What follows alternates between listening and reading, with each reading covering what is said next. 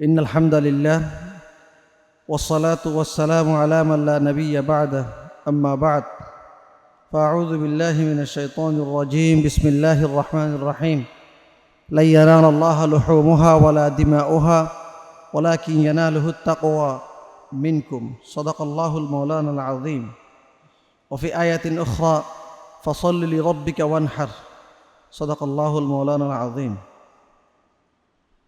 As-Sunnah model মাদ্রাসা কর্তৃক আয়োজিত আজকের সবকদান কোরবানি মাসাইল ও তাৎপর্য বিষয়ক অনুষ্ঠানের সম্মানিত উপস্থিত আছেন অত্র প্রতিষ্ঠানের সম্মানিত শিক্ষক এবং উপস্থিত আছেন অভিভাবক অভিভাবিকা ও দূর দূরান্ত থেকে আগত আমার সবচেয়ে প্রিয় আজিজ তোলাবায়ে আজম, আল্লাহ পাক সবাইকে কবুল করুন, আমিন। প্রিয় উপস্থিতি, আজকের এই পবিত্র সমাবেশে পবিত্র অনুষ্ঠানে দাঁড়িয়ে আমার হৃদয়ে অদ্ভুত এক আবেগ শিখতে হয়েছি। মনে হচ্ছে এই মঞ্চ শুধু বক্তব্য এবং অনুষ্ঠানের নয়, এই যেন এক ত্যাগের ইতিহাসের সামনে আমরা দাঁড়িয়েছি। আমরা যদি খেয়াল করি, আমরা ইব্রাহিম আলাইহিসসালাতু ওয়াসসালামের যেই ত্যাগ ছিল ইসমাইল আলাইহিসসালাতু ওয়াসসালামের কুরবানির উপরে, সেই ত্যাগকে আমরা ধারণ করার জন্য, নিজেকে কুরবান দেওয়ার জন্য, পশুকে কুরবান দেওয়ার জন্য, নিজের পশুত্বকে কুরবান দেওয়ার জন্য আমাদের কচি কচি মাসুম বাচ্চাদেরকে আমরা সে শিক্ষা তাদের মধ্যে দেওয়ার জন্য আমাদের আজকের অনুষ্ঠানের আয়োজন করা হয়েছে। এটা শুধুমাত্র দেখার জন্য নয়, এখানে রয়েছে শিক্ষা, এখানে রয়েছে আমাদের ভবিষ্যতের প্রত্যাশা, এখানে রয়েছে আমাদের সন্তানদের জন্য সামনের জন্য পাতই। ঠিক এ সময়ের মধ্যে আপনি দেখবেন আল্লাহর ঘরের চারপাশে লব্বাইক লব্বাইক মোহরিত ধ্বনি হচ্ছে, যে ধ্বনির জন্য মানুষ এক বছর আগে থেকে প্রিপারেশন নিয়ে থাকে। শাওয়াল, দিলকাদা, দিলহজ্জার 10 তারিখ পর্যন্ত যদি এই মাসে আপনার তৌফিক হয় আল্লাহ পাকের কাছে হাজরা দেওয়ার, যাদের তৌফিক হয়েছে তারা এই মুহূর্তে সেখানে তারা দাঁড়িয়ে আল্লাহর কাছে সেই আবেদনগুলো জানাচ্ছিল। আমরা আজকের আয়োজন করার উদ্দেশ্য একটা, আমরা পেলে নার্সারি থেকে শুরু করি প্রতিটি বাচ্চাগুলোকে কিছু না কিছু তাদেরকে উপস্থাপনা শিখিয়েছি। তার মধ্যে যারা 2 থেকে আছে তাদেরকে আমরা সামান্যটুকু মাসালাগুলো শিখিয়েছি। আমাদের গুরুত্বপূর্ণ একটি ইবাদত হলো কোরবানির মাসালার ইবাদত, কোরবানি মাসালা শিক্ষা। কোরবান দিব আমরা, আমাদের সমাজে আলেম উলামারা আছেন, তবে কোরবানের মাধ্যমে আমাদের কি পরিবর্তন আসতে পারে সেটা একদিনে আসবে না। আমাদের সন্তানদেরকে, ছাত্রদেরকে আমরা সামান্য মশলাগুলো শিখিয়েছি। কাকে শিখিয়েছি গরুকে কেমনে জবাই করতে হবে, কাকে শিখিয়েছি গরুর কুরবানির জন্তুকে কী হতে পারে, কাকে শিখিয়েছি কুরবান কখন ফরজ হবে। এভাবে করে আমরা প্রায় 100-র উপরে মশালা বাচ্চাদেরকে শিখিয়েছি। উদ্দেশ্য এটা, তারা সামান্যটুকু জানতে তারা এক সময় গিয়ে 10 থেকে 12 বছর পরে তাদের মধ্যে ইসলামের যে গুরুত্বপূর্ণ বিধান আছে তার মধ্যে একটি বিধান হলো হজের বিধান, একটি বিধান হলো কোরবানের বিধান।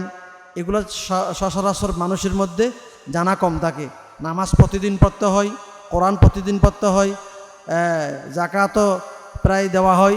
এগুলো মানুষ জানার পরে সময় থাকে, কিন্তু জানতে পারে, কিন্তু কোরবান সম্পর্কে, হজ সম্পর্কে জানার অনেকে কম থাকে। সেজন্য আমরা চিন্তা করেছি আমাদের সন্তানরা যেন তাদের জানার পরিধি বড় করতে পারে, তাদের উপস্থাপনার মাধ্যমে, তাদের পড়ানোর মাধ্যমে, ওস্তাদদের শেখানোর মাধ্যমে তাদের অন্তরে এই মশলাগুলা আস্তে আস্তে ধারণ করার তৌফিক হয়। সেজন্য আজকে আমরা মূলত প্রদর্শন করার জন্য নয়, তাদের মধ্যে এই জিনিসটা ঢুকিয়েছি আমরা কুরবানি শিক্ষার মাধ্যমে নিজের নফসকে আল্লাহর জন্য কুরবানি করা, নিজেকে কুরবানি করা, নিজের যে সমাজের মধ্যে এখন নাস্তিকবাদের যে বিষয় দেখা যাচ্ছে, তারা অনেক সময় দেখা যায় কুরবানির রক্তে যে প্রবাহিত হয় সেটা তাদের মধ্যে খারাপ লাগে। অনেক সময় এই ভুল কথাটা আমাদের মধ্যেও আসে যেতে পারে। আমরা আমাদের সন্তানদেরকে ছোটকাল থেকে তাদের এখনও ফরজ বিধান জানার বয়স হয় নাই, কোরআন হাদিস বেশি পড়ার বয়স হয় নাই, আমরা আমাদের পক্ষ থেকে তাদেরকে কিতাবগুলো সামনে দিয়ে বক্তব্য আকারে তাদেরকে মাসালাগুলো শিখিয়ে দিয়ে একথাটা বোঝানোর চেষ্টা করেছি, তোমাদের এই কোরবানি একটি গুরুত্বপূর্ণ ইবাদত, হজ গুরুত্বপূর্ণ ইবাদত, এই ইবাদতগুলো শিক্ষা আরেকটি ইবাদত। তো আমরা সময় বেশিক্ষণ নেব না, ইনশাআল্লাহ আমরা 10:30টার মধ্যে আমাদের প্যারেনাস্তারির উপস্থাপনা শেষ করব। আমরা অভিভাবকদের যারা আসছেন, যারা শুনবেন পরে, সবার জন্য আমরা রেকর্ড আকারে করে প্রতিজনকে পার্সোনাল ভিডিও দিয়ে দিব, যেন বাচ্চাগুলো দেখে উদ্বুদ্ধ হয়, তাদের মধ্যে আরও আশা আকাঙ্ক্ষা বাড়ে। সামনে যেন তারা যারা আসে নাই আজকে, তারা দেখে আরও খুশি হইতে পারে যে আমরা গেলে তো সুন্দর হইতো, কেন গেলাম না। আপনারাও প্রসার করবেন যেন বাচ্চার ভবিষ্যতের জন্য কাজে লাগবে ইনশাআল্লাহ।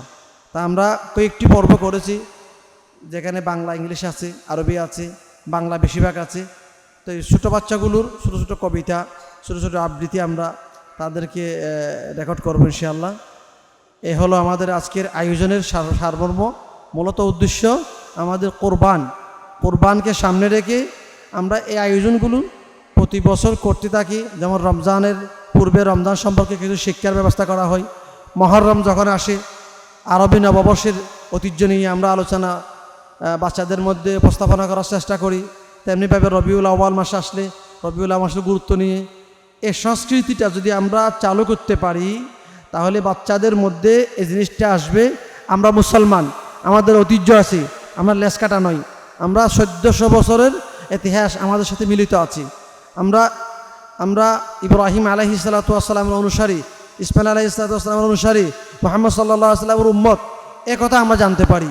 তাহলে গতানুগতিক পড়া হবে, যতক্ষণ প্রতিষ্ঠানে থাকবে ততক্ষণ পড়াও পড়বে, ঘরে গিয়ে টিভি মোবাইল নিয়ে দুনিয়ার সংস্কৃতি নিয়ে মানুষ মিশে যাবে।